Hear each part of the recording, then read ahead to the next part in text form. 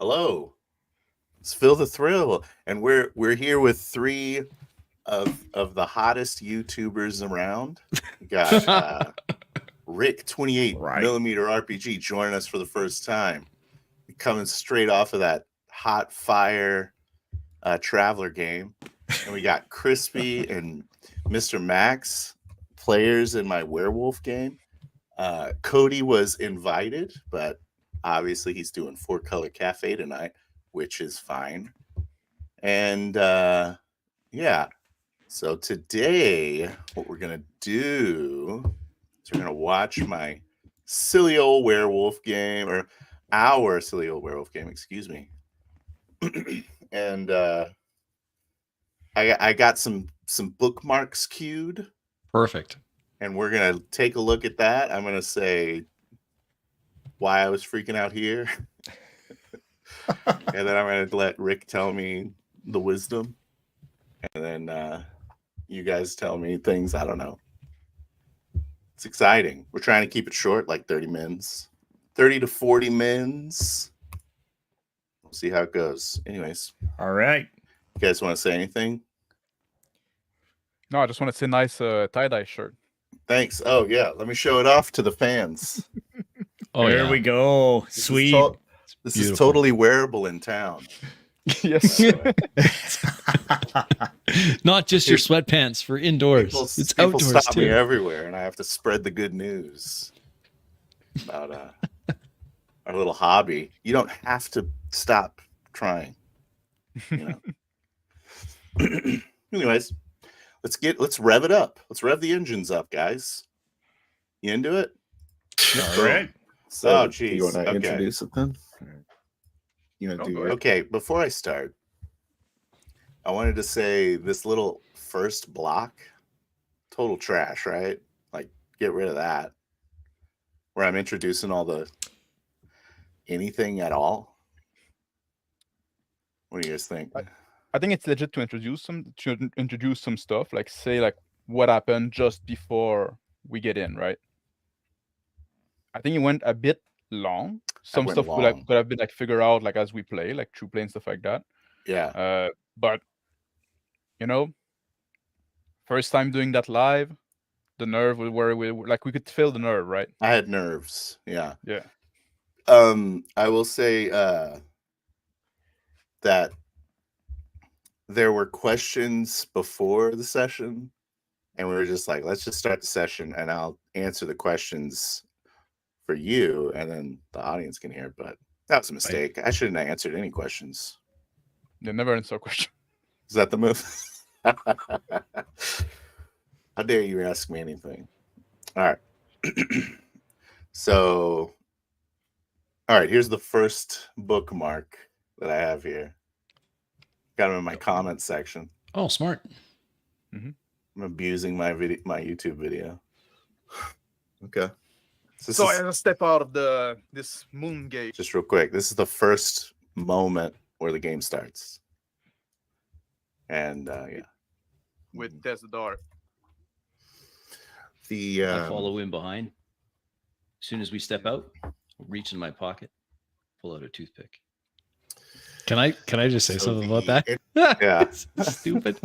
So my thinking with the toothpick is that I was a wolf, and I don't know much about wolves, but I know dogs like sticks. So I was like, I know, I'll just have a toothpick all the time. That's clever. That's clever. That's why I was doing that. Nice. Anyway, sorry, Bill. This is your show, not mine. Yeah, but since we're posed, I can say something about my thinking in that at that moment as well. You know, I have this tendency of being like overly cautious and being a staller and stuff like that, right? I'm always like, and now like in this game, I wanted to try to push forward a little more, especially like, you know, usually like we have like big bad, and I'm gonna be like the guy. Well, let's think about what approach we're gonna have. Let's make a plan, stuff like that. Like, and big bad's just like go on gun blazing. Now I say, you know what? Maybe I'll try doing that. And it's not my natural role, so it's a struggle for me. I'm not cautious in life though. But... Yeah, I actually have a bookmark here that talks about how cautious you are. But the main reason I wanted to bookmark this one is because, like, I had I was freaking out about doing this thing, and so like I 2D'd this session as far as like the prep goes. So I had a pretty good idea exactly what was going to happen, and so like because you started the game, you basically didn't give me my intro spiel, and I was like, oh fuck, he just like yada yada over like 6 NPCs I was about to introduce and the sweet description I was going to provide of the moon bridge and all this other shit. I was like, so I was it kind of made me more nervous. Oh, I'm sorry. I don't know. It shouldn't be. How do you feel about it now? Like after war, like do you think like I think I made a mistake by prepping as much as I did. Yeah, that's a case of a lot of my early stuff was prepping a little too much. When you're dealing with guys that are going to be adding to the narrative, you can't exactly kind of nail down everything. And that's why I always have, I explained to you, I have options. I have like 3 options each time because I want to be able to do something like push a narrative, or I want to add to the action, or, I want to add some mystique and mysterious in here. But you have to kind of read what the players are doing because, like I say, you don't know what Crispy and Max and Cody are going to do because they're adding to the creativity in here. So it's a bit of adapting, but once you do it a few times, and I did it during my Castles and Crusades. It was like I was experimenting with it. I thought, now I figured this out. Now I know how Ted did it, and I kind of sorted it out there. Who's Ted? But, Ted used to be my game master back in the 80s. He was one of the first guys that I've ever experienced, like, a session where we all stayed in character all the way through, the game. Whatever you said was what your character said. And that was as close as we got to like, actual role play, although it still had some 2D elements to it, but we did persevere in staying in character. So I remember a lot of the prep you did for the Traveler was a lot of like really cool visuals and stuff. I think we kind of decided before the session to try 0 visuals. Gotcha. I don't know if I think it was fine. It was okay. I do find myself as a player, I do like having a character portrait just for myself. I find it's a visual cue that helps me reminds me, I'm playing that guy, not this guy. Yeah, I miss the character portraits too. I do like character portraits. I don't think they're necessary, but it's kind of a nice spice to add in. I don't think it takes away from things necessarily. You had mentioned you had bookmarked this because it was perhaps a prepping issue. I had a conversation recently with Anthony from Runeslinger, and he had a really interesting way of talking about preparation. He said that it's preparation for improvisation. And I think that's a good way to look at it. When you're going through, okay, well, the opening of this, just to introduce the obstacle to the players, I don't know exactly how they're going to go, which direction. I'm going to be surprised, but I need to be prepared in various ways. Should they go this way or that way? How is that still going to introduce the obstacle? Not to try to direct them back on some kind of pre-scripted path, but just to get them just so you can react quickly. You know what I mean? Like, it's like, okay, so if they go this way, there's a contingent. I have a contingency for this. I have a contingency for that. I could move things around. I'm prepared to for improvisation, and that's something that's going to take practice, obviously. Yeah, I think that's and it's a learned skill to be able to think on your feet and stuff like that. And because of course, like the preparation is like a safety blanket. You feel like, oh, if I do more prep, I'm gonna be more ready. But then it's also like a kind of crutch. As soon as a player like veer off the plan. Yeah. Now you do feel like a chasm like going under you. You know what I'm saying? Yeah, it was a total hindrance. For me as a GM, that's why I like I said that before. I like world building, stuff like that. I used to do prep and stuff like that. But I realized that I enjoy my time running the game much more if I come with less prep, because then I see what the player brings to the table and I say, oh man, that's fucking cool. Let's go with that, right? Right. Just like I'm not trying to tell a story. But And that's the danger of if you have so much preparation, then you're just going to want to push that back in. I've got to get this back in because I've spent all this time doing this, and it's just wasted effort if I don't use it. So there's a case to be made to not do too much. Certainly not scripting. You don't want to have scripting. I think that's the just something that I thought of when you said that, Mr. Max, was like the players know how to make their characters cool better than you do. Probably they've been like immersing themselves into the character. So if you have a dedicated path set up for them, then you're gonna make a subpar character happen. You know what I mean? Someone that's not going to be quite as cool as they want to be. And now we're playing with pre-gen, and you have to understand, like, once you end the character to the player, they're not yours anymore. Right. The player is going to take them and make what they will with it. Right? Yeah. I think that another big part of the reason why, because what you said was they need to know if there's conflict for them to handle, they need to know about it.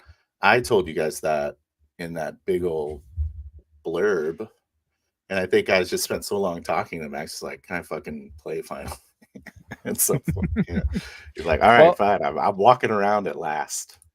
Like I but that's the thing, like to be fair, like I said, I could feel you were kind of like nervous, and I was just like, okay, let's get the ball rolling, and like you're gonna find your leg, right? You're gonna when you start playing. I was trying to help, even though maybe it did have like the opposite effect. No, it's good shock therapy, right? I wanted to kick your crotch. Yeah. Learn to walk. I don't wake you up in the morning. There's not really much else I want to show you, but it's like, are we even looking at this video? I wanted to show one for funnies because I thought it was hilarious. You guys heard about 4D gaming? Yes. Back to her. I walk up to the passenger side of Richie's car, lean in. Oh, back. I overheard something about 4D and people sniffing around. Yeah, so 4D is a place we need to check out. What do you think? Looking at Adam. I don't think we want to get. I don't know if we want to get directly involved, right? We're just here to watch, keep an eye open, make sure everything goes smooth, right? We don't like a bird. You want to bring her to the cairn? Are you equipped to it? Like, I send you, Karen. You want to bring her back there? No. I think we just keep an eye on the building, right, and make sure everything goes smooth, like you said. This is really good. People have been sniffing around. You know what that means, right? No good. All right, then. Let's go over to 4D then, shall we? Yeah. Yeah, that was cute. With you, I just want to walk around 4D on the outside. Just gonna take a look around. Yeah. You guys did really good. Cody was awesome for his first time trying to do this. Phil, you stayed back and you let them. That's awesome. That was really good. Oh, I literally said nothing in that whole section, but that's hard to do. That's hard to do. Yep. Yeah, that's also like I learned skill. Like you see, like sometimes like you watch some game and the GM is gonna do like 90% of the talking. Yeah. When you're a GM, you want to be able to sit back and just like let the player do their thing, right? Well, one of the main reasons I got interested in this style was playing with new players that are accustomed to that stuff, and I'm just like watching them like do something. So it's a real treat to not have to say anything. Holy shit. So it was more. The 40 thing was it like the 40 thing, just like the first number letter that came to your mind? Yeah, it was not intentional. It was a subconscious like thing. But after I watched watched that's what I thought. But like the more it was said, the more it was like crawling into my mind. It's like, well, we got to check out this 4D thing. I don't know. We should probably look at it from the outside. It's like, and Phil, just so that we can kind of clarify, the 4D thing, the 3D, 2D, 1D thing, that was kind of put together, between me and Sean are kind of talking, and we wanted people to understand what role play we are talking about as we define it.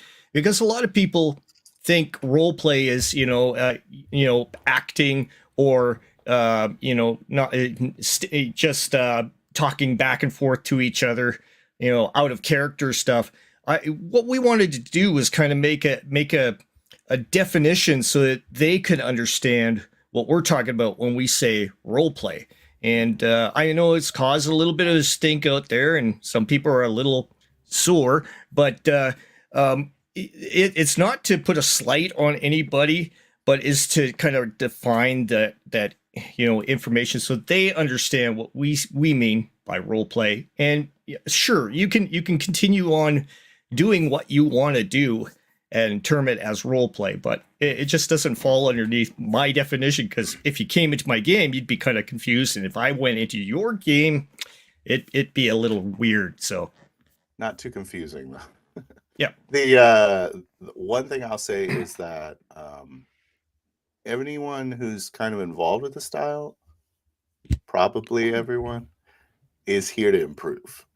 And so like definitely, it's not it's not meant to be. It's like I'm like a fat person that cares about fitness. That's basically what's happening right now. Like I want to get more fit, I want to improve, I want to be better.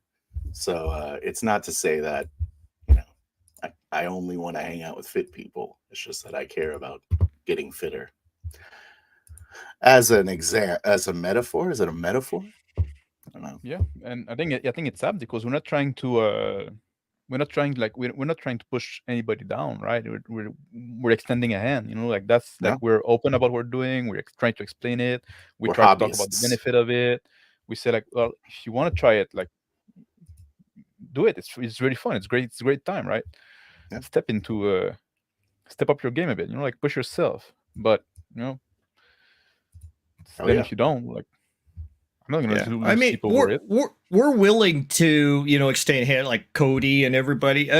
Come on in, try it. We'll do some practice with you, and see if you can understand it. Yeah, and then just come in and try it out. See if it's for you. It's not always. That's also what I like with your involvement in this field, because like you were watching our channel. I saw you in chat and stuff like that. You done my stream a few times, and you were like excited about that idea and say, "Man, I want to fucking try that."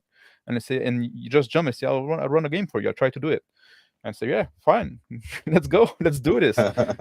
Yeah, I picked Werewolf the Apocalypse because I thought you'd say yes. Yeah. All right. Well, I don't want to make it about 4D, so what I'm saying. No. Yep. Let's keep looking at stuff. All right. So this is kind of a weird.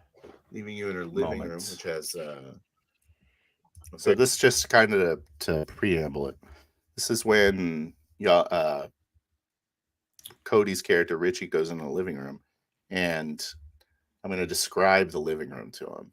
And Shauna mentioned this scene in his review. He's like, I remember the fucking couch, but I don't know what the hell else is going on in that house. Very well used, like fabric couch, like it's got that the beading all over it. It's been reinforced with a nice quilt. It's got a little bit of a smell to it, but the smell of cinnamon cookies kind of fills the air also as she walks off to the Christmas tree. Good. As she walks off to the kitchen, I'm like, so it's like I'm trying to get out more description. I was about to describe like kind of homier, kind of warm environment. I don't know if I got that across with just like the word Christmas tree, but I'm curious to see what you think about that, Rick. Now was this something that you had planned out, or was this kind of a spontaneous creation that you made? I made up the couch because I was thinking about Roseanne. Cool. It's the couch from Roseanne, in case you guys are wondering. Yeah. One thing you want to be careful about is pulling out too much description to make red herrings, and that can waste time. You want to make sure if you're going to go ahead and make something up, and if you have possibly clues in there that you want to go ahead and portray to the players, or something that they need to investigate, you always have to put that into the description and let the players kind of add the rest of the stuff. Well, there weren't any clues in there. It was just me trying to set the tone of like there's a family that lives here, and it's a happy place that's about to be fucked with by evil. Okay.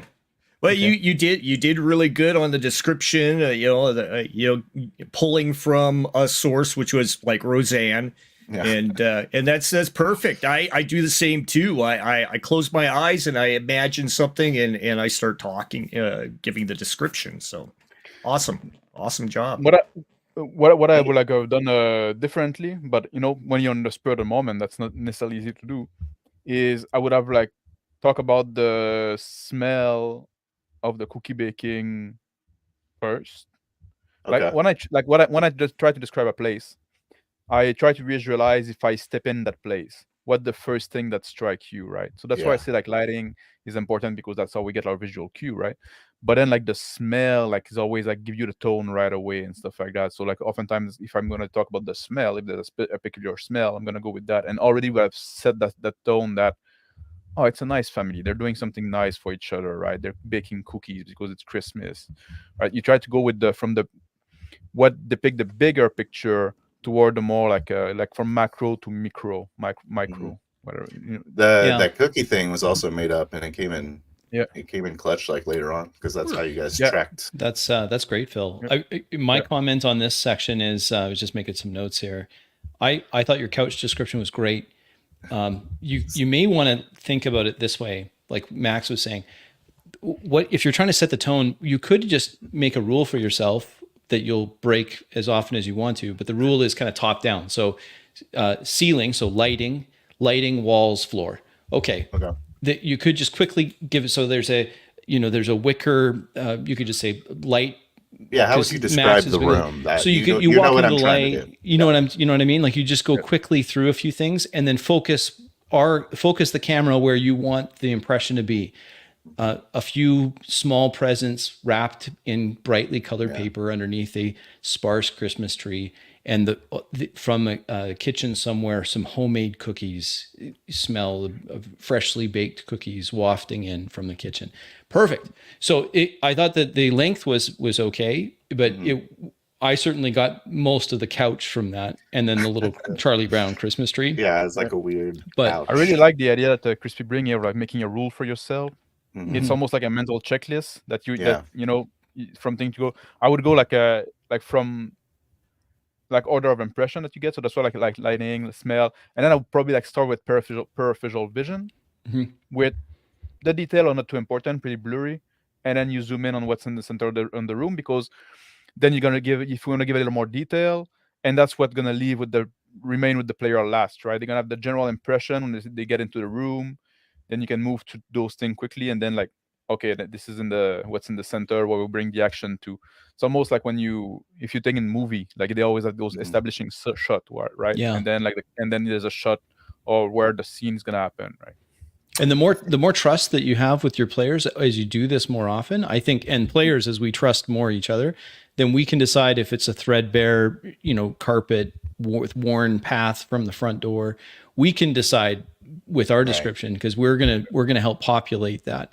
I'm like, oh, I can see that there's some old photographs on the wall here. Okay, so the player can then introduce that, because we trust one another enough that we're not going to do something out of the ordinary. But we could quite easily, one of the players could walk up to the wall and say, "Is this who's in the picture here? Come tell me who's in the picture." Oh, that's just my old family from the.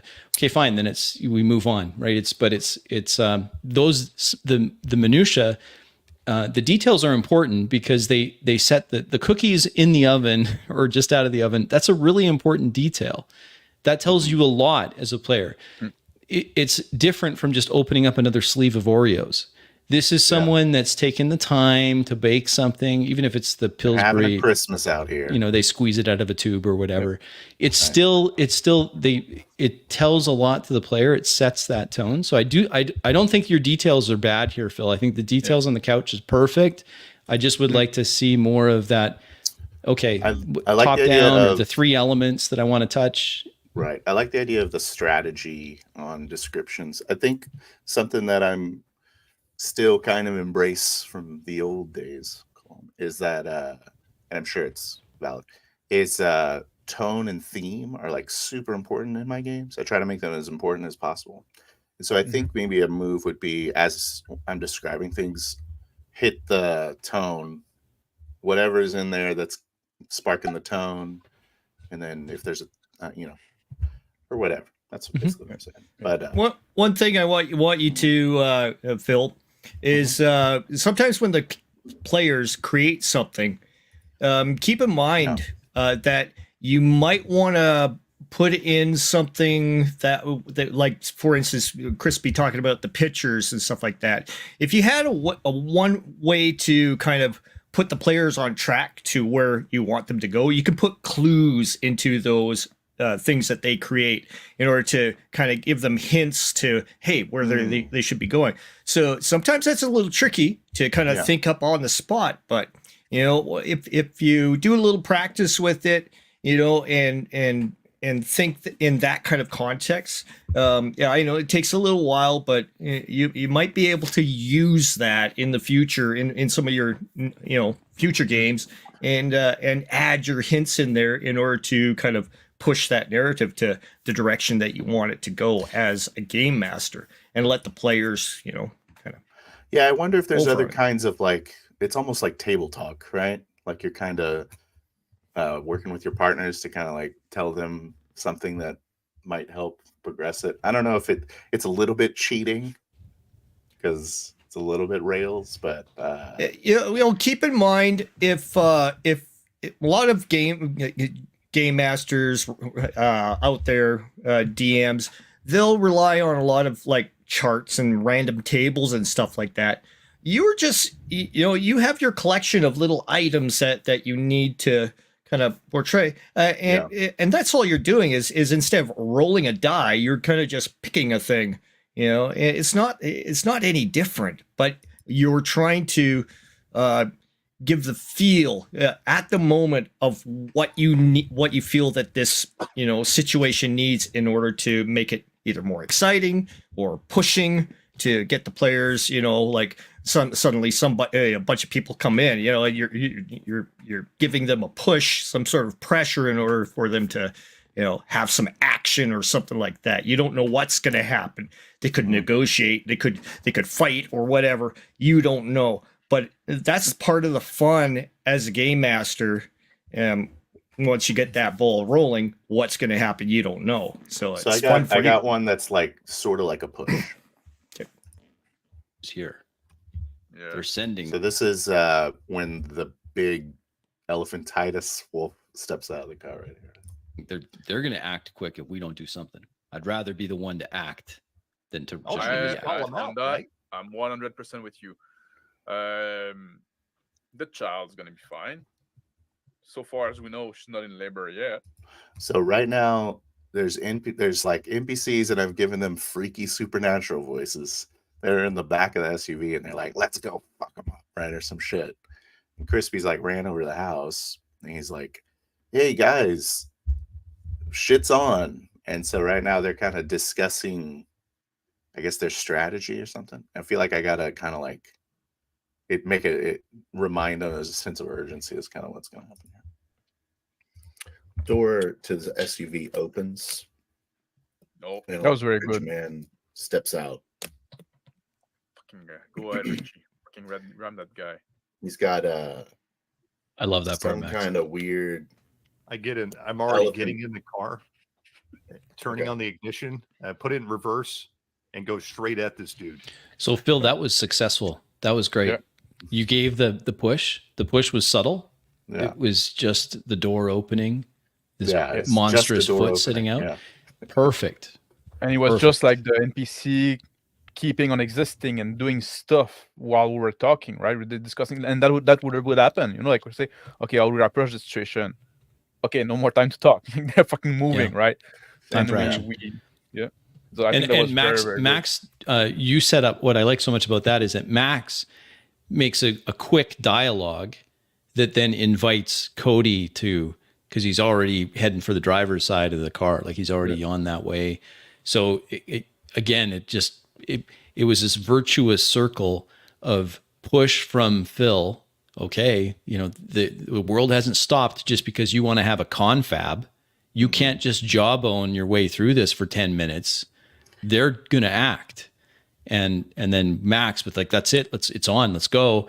And then Cody picks up on that right away. I thought that was a really good example of a push from the game master to just, okay, you can't just, because I've seen we've all played in games where we're going to spend 25 minutes strategizing about what what is that? The door breach protocol? Like, oh, who's first? Okay, you do this and then you do that. It's and you do very that. much like that. Yeah. Like, well, you're talking about this through a hollow core door on the other side. They're just sitting there listening to you the whole time. What do you think they're going to be doing? So great example. I'm really glad you bookmarked this part. Also, like, I have, like, the guy is opening the door and then Max is like, oh, fuck, you go, Cody, go. And then I'm like, okay. And then he puts his foot out of the door and he's like, I'm in my car and I'm ramming him. And I'm like, okay, give him a chance to. It's been 3 seconds for that guy, and you're already halfway towards him. Yeah, it just felt a little time violation. That could have been a little better with some practice, I think, of saying, I turn over the ignition of the car, slam it into reverse, and floor the accelerator. That's a better detail of I'm getting in the car and I'm it's not that much longer, but it's clear now where he is. He's in the driver's seat. He's got his, he's looking through the rear view mirror as he goes slamming through I thought it was really good overall. It does kind of sound like an anime a little bit though, because like the guy's like, sure. It's like, oh fuck, everyone's coming, and then it's like, shoo. It's like going to everyone, and then he puts a bit out, and then he's like, we were already by the car, right? Because we already you guys are all standing around that house in the car. We were just outside because we had to talk amongst ourselves, and I was and we're talking about with Cody, try to just like hit them slightly to get them to follow, right? Mm-hmm. So we can take them away, but then we just say no, fucking ram them. Then they're stepping out the car. Yeah, I'm not clear if Cody was in the car before that happened. Yeah. If he wasn't, it would have been cool. No, he was like going through his like pipe and his. Yeah, he was in the car. Like, he wasn't in the car. He was pulling. He was like, "Hey, do you want this? You want that?" He's at the trunk of the car. So it makes sense to me. Question marks as to where. So he has to move to the driver's side, jump in. And there is a little bit of teleportation there. We all did it. It's like 3 actions in one, so you have to have the players, realize when they're pushing way too many actions for the turn. When you let a player know that. Well, I mean, they learn that eventually, as you go through, at the end, and you talk about those kind of things, and it's like, okay, so recap, you kind of remind them. Yeah, try to keep it in mind, but also like, when I run a game, sometimes I talk about that before as well. Like sometimes if the player are gonna do something on their own that's gonna take time, I can let them tell me, and then I'll come back to you when your thing is done or when you interrupted, and then I'll roleplay with the other people. When you're in like action scene, like well, you can't really do that because everything's gonna impact everyone else, right? There's two, and now we're definitely going to action scene. So yeah, it's good to keep your actions short. But if people want to keep that, like the way to make sure that people are going to keep the actions short is to make sure to come back to them often. There's also a question of trust there, because if you're going to forget about me and the other people are going to do like 3 or 4 action, when it's going to be my turn again, I will want to do like 3 or 4 action, because catch up. Yeah, the good point, Max. So, man into the apartment. Okay, I just want to play this for another couple seconds. He's got some kind of weird elephantitis leg, and he's like totally bald, with like weird black scarring across his head. He's wearing a black jean vest. I'm just describing black jeans and a red shirt. I go grab bro. Then let's make it So I'm telling Richie to roll here. Sorry. You're gonna try to ram him. Richie. While the Cadillac's engine fires to life, Hest walks quickly into the house and pulls out his sanctuary chimes. That was too slow. Okay, so I think this is when like time we really got confused on time and on order. Yeah, thing. Like, I think this is the so in the next session we're planning on everyone kind kind of saying their action, and then it comes back to me, and I kind of get my little descriptors in, and then kind of share the interaction or whatever. No. I do. We'll I have to keep that kind of rotation. I think that would. I think that would help, especially if you want it to be hectic, because most of the time you want combat to be hectic. So also, it's just like quick. The dice mechanic is not the fastest either, so yes. he's gonna figure out the time, like, so we can come back when we come back to narration. Then we have time to figure out our dice roll. Yeah. One thing that I think Cody did, he may have stumbled into, or maybe you already knew this, a solution to that, which is he just held up fingers for how many successes he had. Yeah. Yeah. And then if you're paying attention to that, then by the time you get to your narrative bit, after we've all described what we're doing in those few seconds, we already know Cody had a success, I had a failure, Adam had a, you can kind of go from there. The issue is that I wanted you guys to narrate the success. So I kind of like nod at him. I don't know if you can tell when I'm nodding at you. I did when I did my stuff. Yeah, I was watching you. Yeah. So like I'm waiting on him to narrate it. But the thing with the Sophie's dice, like where if you see it on the screen there, it's in no dice there. But like when you do roll something, it kind of gives you the success, but it like I couldn't figure out a way to take out the one, right? So now I just did that by hand. Yeah. Yeah, exactly. I had to do it by hand as well, but now we cannot rely on like this number that on the screen. Yeah. I think I might just go back to a rolling by hand. Like I think it'd be like faster in the end. Then because like Sophie's dice sometimes a bit hard to. I don't know. I'm rolling by hand. I'll have to try. I'm cheating. I'm cheating the whole time. I rolled so rarely. I was just like, so I don't have time for this. Yeah. And kind of. Well, you want to roll when there's a real chance of failure or an interesting outcome, and if there isn't, then you make a judgment, move on. Yeah. In the spirit of trying to make this 40 minutes, I'm going to hit the next one. Are you trying to? Okay.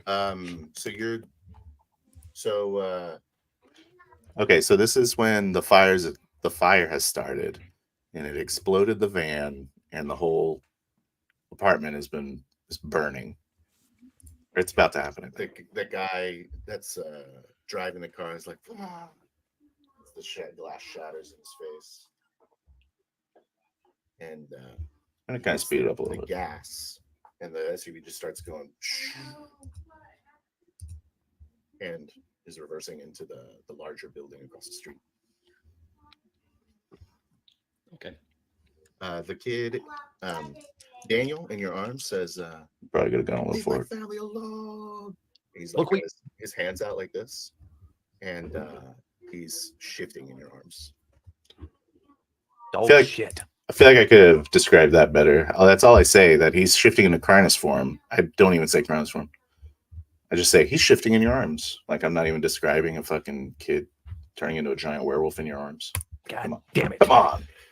And I actually I prepare for this and put him in an arm lock because I know what's about to happen. And then I'm like shouting at Becky and her mom to get in the car. Get in the car! Get in the car! The SUV starts like bursting immediately into flames. It's like a huge bonfire has just suddenly been created in this SUV as it rolls back into the back of the apartment complex. And it like catches the apartment complex like tinder. The apartment complex just starts like burning along with the SUV. Test will jump from the SUV. It's now on fire. It rolls so. Yeah, I just made that up. Cool. I didn't know that I picked the wrong bookmark, but I wanted to put that one on there because Shawner was giving Crispy shit about it. He's like, "Aren't you supposed to fly around when you're wrecking into a building or something?" I had pictured it differently. I had pictured it. Dire Wolf jumps through to take out the driver of the SUV. Yeah. Like that's what I was going for. Then of course the SUV bursts into flames. So the Dire Wolf's gonna get out of that burning car as fast as he can. But, yeah. Still think it worked out okay. Something I didn't bookmark, which was I meant to talk about first was the whole time where Max describes his vision as the person that they're looking for is in a mansion or something. And I remember that. And I was like, it's not a mansion. and all this stuff. And then later on in the session, he's like, when I tell him about the big apartment building, he's like, "Oh, that big apartment building must be the mansion." And Yeah, that was great, Max. And I was like, "Oh wow, that's." And I was just like, "No, I have this. I know exactly where it is, you idiot. It's right where I prepared it to be." Man, I'm fucking like, I'm trying. I'm leaving you like. No, I'm trying to give throwing you you a stuff. lifeline. my point is that I should obviously ran with the fact that it was in the big apartment building. Like that's really smart. That was a really smart improvisational move. Is so I was trying to say. I was trying to do this, but I was just trying that to. was I 2D. just I'm blurry. bringing I all just this saw like a 2D big in. house. I assume you mentioned might be this big one, right? I just like Yeah. that's what I was going for. But like, That was good. then no, it's No, it's not. That's my response. That doesn't make any sense. Those are like What a weird thing to like, be caring about. You know what I mean? It's like, who gives a shit? Well, yeah, you had that's the thing. You had your mind set on something, right? That's So, my point. Yeah. Stupid. yeah. Okay, this is and, the part. and it was something that like at some in the end didn't really matter, right? It could have It been didn't there. matter at all. It could have easily been there. And Yeah, it would have exactly. been badass too. Like fighting in an apartment complex. That would have been way more cool. Yeah. Oh, yeah. Down Down narrow hallways, Oh my God, elevators, with a crimeless stairwells. werewolf in a fucking little tenement hallway. Oh yeah. Let's go. All right. Last bit. So this is you guys killed a werewolf right here. I look around. And I start running toward the SUV. So this is the part. I don't know if Max knows the SUV's on fire right now. He does not. I knew. Like the player. Adam Okay. didn't. Yep.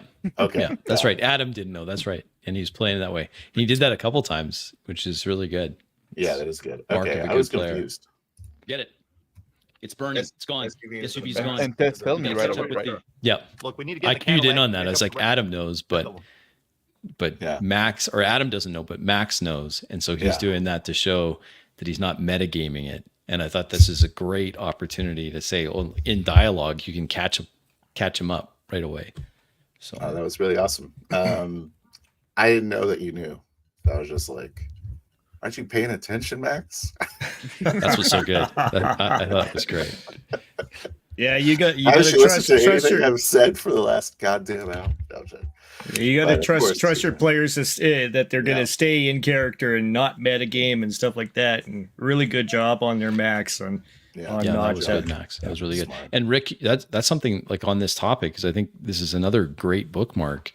Because what do you do when you think the players made a mistake? Mhm. So like Rick has had this. Oh, you made a mistake on that. Like, how do you handle that? Are you going to just come out and say, well, actually, that's not the way it is? If you How don't do you handle start it? with well, actually, then you're doing it wrong. Yeah, you don't. Like for example, when you guys were printing all kinds of things with the printing machine in the Traveler game. Yeah, and I wanted a tactical nuke, and protocols kicked in, and it's you're dealing not- with an interface here, so I thought it was very good. that was great because it was a correction to the character, what the character wanted to do, but it was done in setting, in world. Yeah. It wasn't exterior to the And- world. That's why I think it's a good idea, Phil, to have some NPCs around, generally speaking, not GMPCs, not heroes, but just something that, no, that's not. Some old ladies. Apparently, I have a lot of old ladies in the state. Yeah. I had like 4 old ladies. But what Rick I did didn't in notice the traveler session, right? It didn't feel like a correction at all because like it informed the world setting. It informed a big bad's character, right? He's this fucking cowboy that's gonna try to push the button, right? And then like the system in place for that kind of shit. And then it informed like the captain played by Crispy. So it fed the whole fucking narrative. Was that a moment that you thought? Was that a moment, Rick, that you thought that they didn't understand? Or No, absolutely. I knew what my what the protocols were on each of the things. I detailed protocols on the ship as an NPC, so I know what the AI wants. I know what the AI built into Nixus wants. And that was my mainstay. The rest of it, kind of just flowed from what the players were doing, and I let it be as freeform as possible. I wanted them to kind of fill in the details other than what they see visually in my pictures. The pictures were just to give flavor. I know that this isn't meant to be your traveler critique, but I had another question about that game, because there was a point where Crispy is like, oh shit, the AI is compromised because it said something wrong, and I was wondering if that was like an error on your end, and it was just like, oh, this is a really badass moment. Yeah, Teresa will listen in, but she is not recording. So that was the take that she was taking, and of course, Crispy entered in, and I didn't. It's all good. It worked out. It sounded all sound and everything. And once again, Teresa was shut down, and Crispy can take it as part of these. Maybe there's a quirk here. Maybe that's why we shut her down when on the way here when I can't remember what happened. And it's just mystery things that are kind of made up on the spur, and it fills it gives me something I can maybe work on. That's what I was wondering, if you were tempted to like go, okay, yeah, the AI is corrupted. Oh yeah, there's tons of stuff that like I don't have everything 100% set in stone. I want the players to work with this putty that they're given, and then go with it. So sometimes those mistakes and stuff like that, they're like fuel for the narrative fire, right? And just like it's like Bob Ross would say, like it's not like happy accident. It's exactly, it's not mistake, it's happy accident, right? Exactly. Exactly. And you always have to be careful also, because like when you say like, oh, a player like made a mistake, he misunderstood, sometimes it's us as GM that didn't describe the thing. Like we envisioned something in a way, we try to describe it to convey our vision. The player got something different from it, and we don't know what the other player have in their mind. So now the player is acting on the scene of his understanding on the scene, right? Sometimes if it doesn't matter, you can just say, okay, we'll take yours, and just like, so because you don't want to be jarring, you don't know what the other player saw. But if this player saw that, there's a chance that the other one saw the same thing. And if you build on that, at some point as we build the scene, our minds came kind of like align more. So yeah, especially between two players like that. Yeah. So when it's like, sometimes it's just not a big deal, right? So you just like run with it. And it's like, and sometimes it's like, oh fuck, that's fucking interesting now. That creates something fucking cool.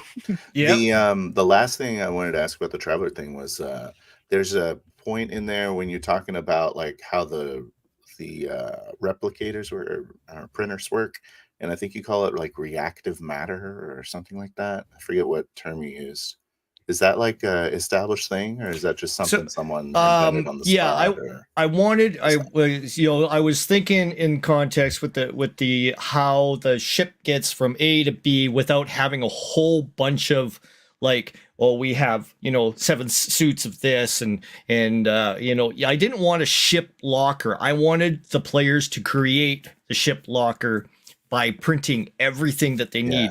They could print everything like we need a fusion reactor. And it starts doing it. It's got matter in there, and it takes from each of these things. It starts knitting it all molecularly, and it starts creating stuff. I wanted it to be futuristic and but cool, like, oh wow. And then the players will go, wow, we could create some cool stuff here, like on the spur. We just have to have the blueprints and do that. Literally, kind of stuff, you can create anything.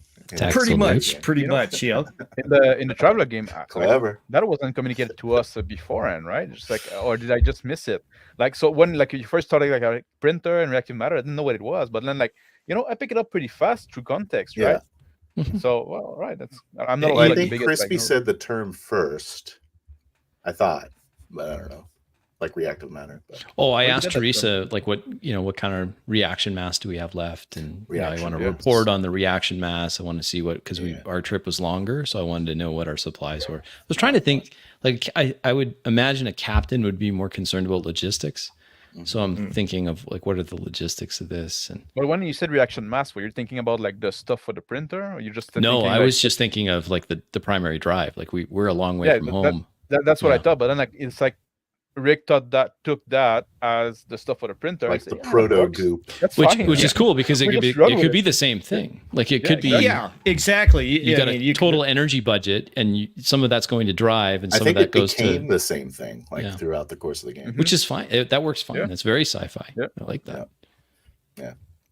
Well, Yeah. in the spirit of brevity, say we end it there. Any last comments? I just want to say, Phil, for your first time, this was really awesome. Thank you. Kudos for undertaking it, and going with it. I know it's a challenge. It took me a long time. It took me over last year. That was my goal, was to, become a 3D role player.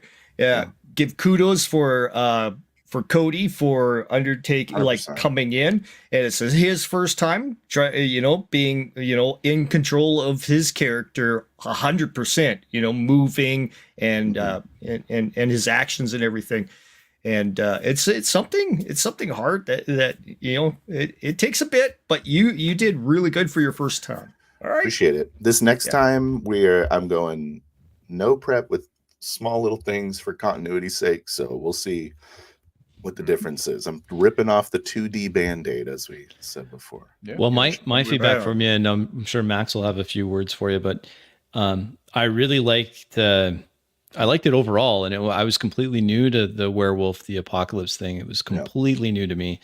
I thought it worked really awesome. My only caution to you would be pick one or two things, Phil, from this, and then focus in on those one or two things. It can be overwhelming to look at this and say, "Oh, I got to do this," and then they said that, and don't allow yourself to be overwhelmed. Like, you may even just say, "I'm going to conscientiously try to say kinda, sorta, I'm less." hitting kinda. I said kinda a lot. So I you could just say, Shauna not calling me out on it, by the way. well, But, and he will. So if you want to focus on one thing, then you may say that, or you may just say, "I'm going to focus on the descriptions. I want my descriptions to be a little more rounded, or I want a few more details, or I want to focus on tone. I want the tone." But don't overwhelm yourself. I overwhelmed myself when I started to go through my evolution of what I was doing before to what I'm trying to do now. And I almost just gave up right at the beginning. Like, this is just too much. I'm too set in my ways. I can't possibly change. What was all the things you wanted to change at one time? It was like a huge laundry list of everything. Yeah. Oh, we can't have questions. Like, for example, one week it was, guys, you can't ask me questions out of character. I'm just not going to answer them. That's it. That was the only thing we changed that session. I'm not going to answer any out of character questions. I wasn't focusing on saying you or any of the other details that I've been working on since then. I just was no out of character questions to the game master. Got it? Got it. Okay, we're all going to work on that. You're going to hold me accountable. I'm going to hold you accountable. We're just going to do that. So something to consider when you go big through levers, Crispy, on this one. I'm pulling some big levers. So that's my feedback. It was excellent. There's session. already stuff like that you did very, very, very good. You didn't take control away from us. You didn't teleport us. You didn't say you didn't repeat everything we said we're doing, right? So you kept narration. That already put you above a lot of game master out there, right? It was excellent already, right? So I appreciate that. Just little tweak and stuff like that, but Phil, what I want to say, and I said it in the beginning, your enthusiasm for this project, and you wanting to improve your I love seeing that, and it justifies what we're doing, right? And I can say it's really fun improving with people that are happy to help me. It makes it way easier, and there's a thirst for role players. I could feel it. Yeah. Well, it's a win-win, Phil. Well. We're getting a lot out of this too. We're getting a great game, and we're all improving still. Yeah, too. We're getting a lot out of it too. Everyone comes out, I think, ahead. Yeah, your next one will be without the nerves, and you'll be a lot more calm and everything, and you'll find your narrator voice. You'll find that, and then suddenly you have your style happening. It's cool. I appreciate you guys. You guys got anything else you want to say, or we're gonna play Friday? We're playing Friday. Yeah, Friday it is. Looking forward to it. Same time, I think. But I appreciate you guys all coming on and showing me the way, as I say. And I'm gonna let Rick in the stream because I don't know what I'm doing. Alrighty, take care, guys. Take care.